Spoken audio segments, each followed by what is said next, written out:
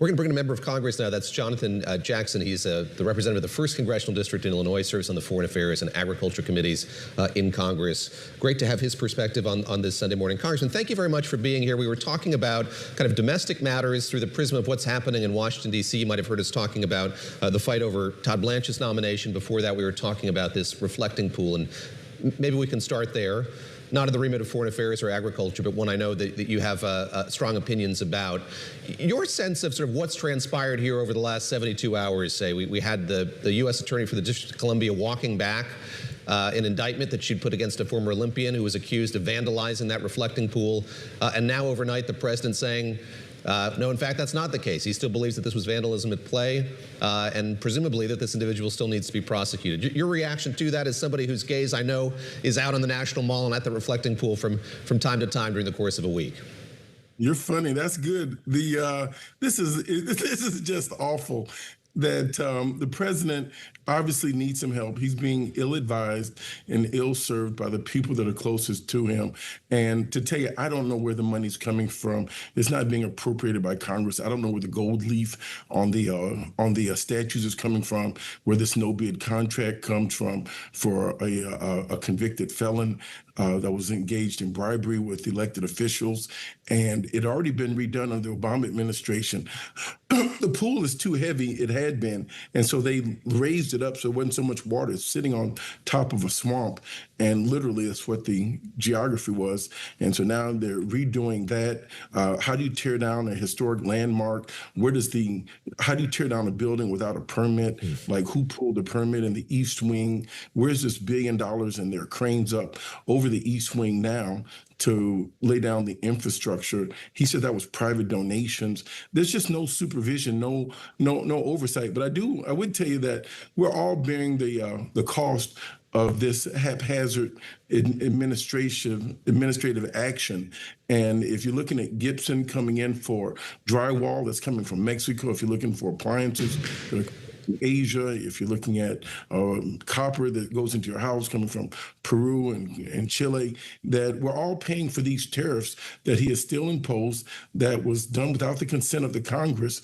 And we still have this blockade going on and a war in our hemisphere that is really undiscussed and underrated, but is going to have dire consequences if we don't reverse this immediately. In Cuba and in Venezuela, there's still sanctions on Venezuela.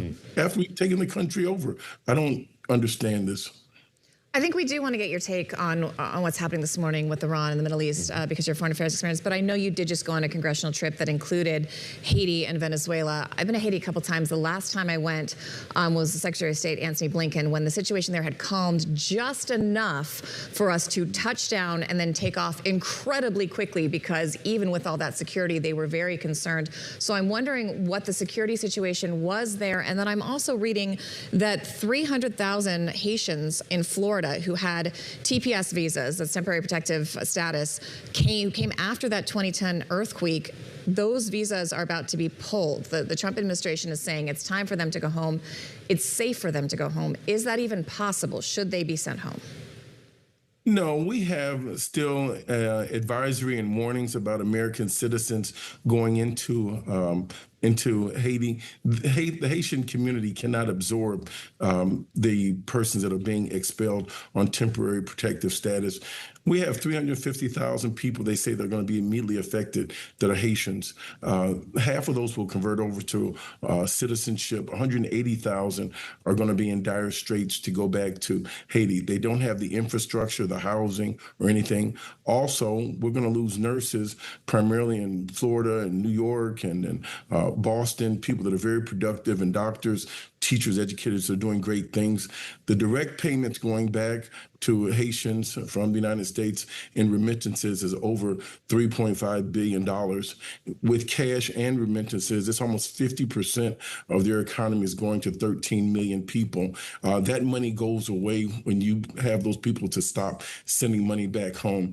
On average, they're making $800 a year in Haiti. It's the highest discrepancy between DR and Haiti in the entire world of income, $12,000 to $800. And so we're going to compound the problem of the largest nation in the Caribbean of 13 million people. And so it was poorly conceived, erratically done, and just morally bankrupt to send these people back home. I want to pick up on the other part of that trip. That was to Venezuela. And I think, we should note here, it's been a long time since a member of Congress has made a trip to Venezuela. So no small thing to have a CODEL touching ground in Caracas. But we got some news this morning that Venezuela's government and some opposition members formally launching a U.S.-backed political dialogue that could establish the terms for future democratic elections in that country. We know, as you know, President Trump says the country's not ready to hold elections, much to the chagrin of Maria Corina Machado and others who might run in that election when and if it takes place. Your sense of the appetite for it, your sense of this current government, this interim government's willingness to engage in a process that would lead to elections in the months ahead? Well, I believe that the Venezuelan government, they're full speed ahead, that they would like to go for with elections, but it's a matter of timing. The president has not pulled Machado to the table, and so the opposition is still they are unified. They want to participate. We kind of have a third seat at the table, which makes this all the more complicated, that the United States is dictating the terms and policies. Their cash is on reserve from the sale of their oil at the United States Treasury. Members of the Congress, we don't know what disbursements have been made. It's a very opaque process, if you will. And so you got a president that doesn't have access to their funds of their oils that are being sold, and who's making the money off the brokerage fees. And so they can't prioritize as a nation what they want to do. Should they enhance their energy grid, which is in dire straits? Should they be able to put more money into which oil projects? It just can't be a bonanza of U.S. oil companies and interests running down there to try to get contracts without any local involvement and local participation. They're a sovereign nation. They have a right and a will to live under their own sort of governance. And we're like superimposing our will on it. So I think it's very fragile. I know the people are moving along with their life. We still have sanctions on a country that we have taken the president out of. And so we would like to have a press conference. I'd like to see more of Secretary Rubio's presence on this so we can hear his voice and see what the vision is. We've got a president that is now from Venezuela that's in U.S. custody in New York City. On the day he was arrested, they said he was the head of a drug cartel organization that no one knew about. And now, if you look at the most current reports, that cartel is said to no longer exist. So I'm sure some of those charges are going to get dropped. We just need some transparency and normalcy out of this administration. Congressman, because we don't get to focus on this part of the world a lot, I think we're going to stay here for our last question. And you're talking about wanting to know more about what the vision is for Venezuela, what the transparency is there on the policy. You were in Cuba earlier this year. I want to ask you directly, do you think President Trump plans to invade Cuba? I absolutely believe he plans on invading. He telegraphs his punches. They keep talking about it. We are now currently at war with Cuba. That's not an inflammatory statement. If you have a naval blockade where you stop the import or export of goods, that's an act of war.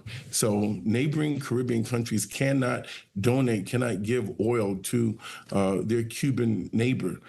Because we, as the United States, have some hostilities with them. So we have economically asphyxiated this island nation of over 10 million people. We've seen early childhood deaths and infant mortality is beginning to rise. We've seen their cancer, which they were very good at detecting early on, is now beginning to rise. They're getting more people in stage 3 and 4 because they're not able to do the early detection. They cannot get basic human supplies. And even as we talk about the Caribbean, these boat strikes are illegal. There have been several people of Colombian descent that have been killed by these airstrikes, double taps, whatever, no quarters that Mr. Pete Hegseth is talking about. And then with Venezuela, we have their cash on our accounts, and have not been able to let the president disperse her funds according to her priorities and go on state television, says what she wants to do. So yes, the Caribbean we should be focused on. It's at home. It's a hotbed issue. From Caracas, Venezuela to Chicago is 2,300 miles. People have walked up here. I've spoken to people that have been on bicycle, train, boat, train and walking in cars and smugglers. We've got 35,000 Venezuelans that came to Chicago in the last 2 years. And so it's one body, it's in our hemisphere. Cuba is 90 miles off the coast of Miami. Haiti is almost 400 miles off the coast. Unless we get there and help rectify those issues, they're coming here. You've not seen an migration issue crisis. This will be a manufactured one if we don't step in front of it.